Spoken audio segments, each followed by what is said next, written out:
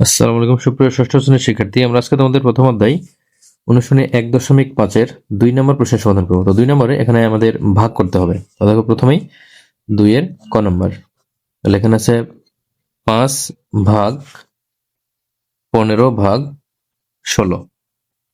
তাহলে আমরা এটাকে যদি ভাগ করি তাহলে এখানে আমরা এই ভাগকে গুণ করতে পারি।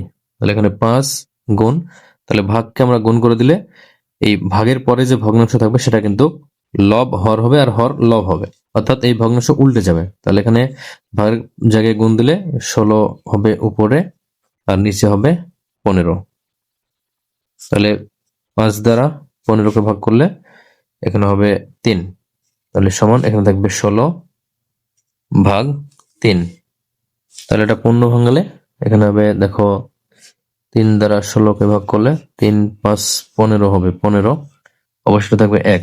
তাহলে এটা হবে, দেখো 5 পূর্ণ 1 ভাগ 3, তাহলে সমান এখানে লিখবো যা 5 পূর্ণ 1 ভাগ 3। তাহলে এটা উত্তর। এখন খ নম্বর, দেখো খ নম্বর দেওয়া আছে 27 ভাগ 32, 27 ভাগ 32, এরপরে ভাগ 4 পূর্ণ 7 ভাগ 26। তাহলে 4 পূর্ণ 7 ভাগ 26। তাহলে আমরা এখান থেকে লিখবো 27 ভাগ 32, এরপরে আমরা এখানে ভাগ রেখে এখানে আমরা পূর্ণ ভাঙাবো। তাহলে 4 এবং 26 গুণ করলে হবে 4 25 100, 104, 104 এর সাথে 7 যোগ করলে 111 ভাগ 26। তাহলে সমান 27 ভাগ 32, ভাগকে গুণ করে দিলে 26 উপরে লিখতে হবে আর 111 নিচে।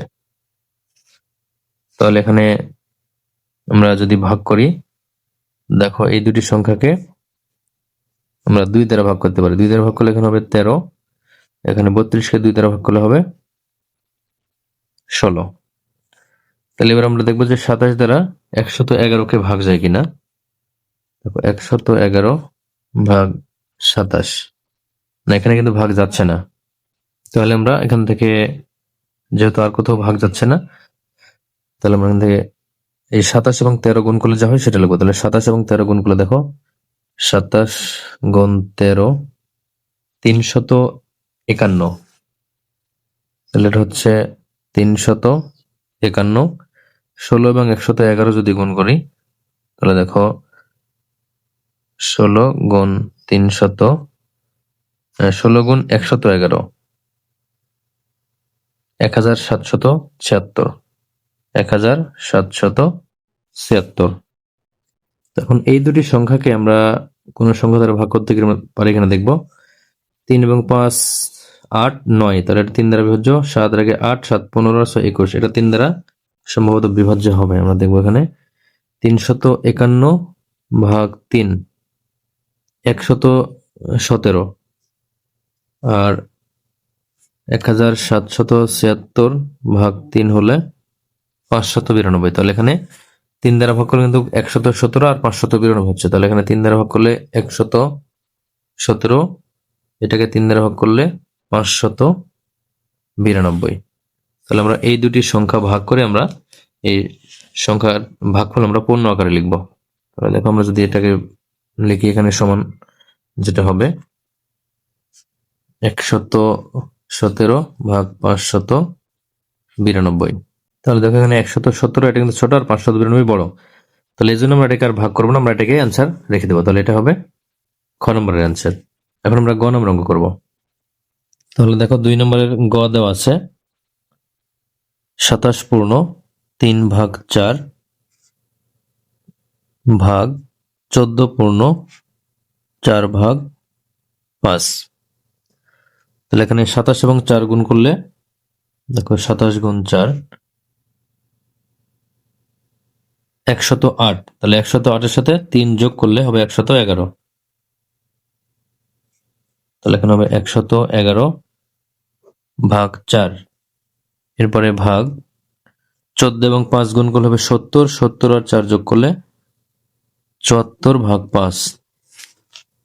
তাহলে সমান 111 ভাগ 4 আমরা ভাগকে গুণ করে দিলে হর লব হয়ে যাবে, অর্থাৎ 5 লব হবে আর হর হবে 74।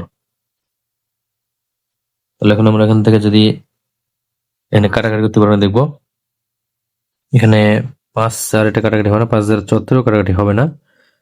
তাহলে 111 এবং 74 এটাকে কোনো সংখ্যা দ্বারা ভাগ করা যায় কিনা। আমরা যদি এই দুটি সংখ্যাকে দেখো, 74কে যদি আমরা 2 দ্বারা ভাগ করি, 74 ভাগ 2 37। তাহলে 37 দ্বারা 3 7 21 হয়। আমরা দেখবো 111 37 দ্বারা ভাগ যাবে কিনা। 111 ভাগ 37 3 দ্বারা বিভাজ্য। তার মানে এখানে আমরা যদি ভাগ করি তাহলে এখানে হবে 37 দ্বারা দুটি সংখ্যা বিভাজ্য। তাহলে এখানে 3 37 111 আর 37 দুগুণে 74। তাহলে এখানে হবে 3 এবং 5 গুণ করলে 15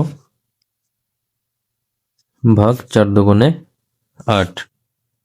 তাহলে এটা পূর্ণ ভাঙালে 8 দ্বারা 15কে যদি ভাগ করা হয় তাহলে 8 দুগুণে 16, 8 একে 8 একবার যাবে, তাহলে 8 একে 8 হবে।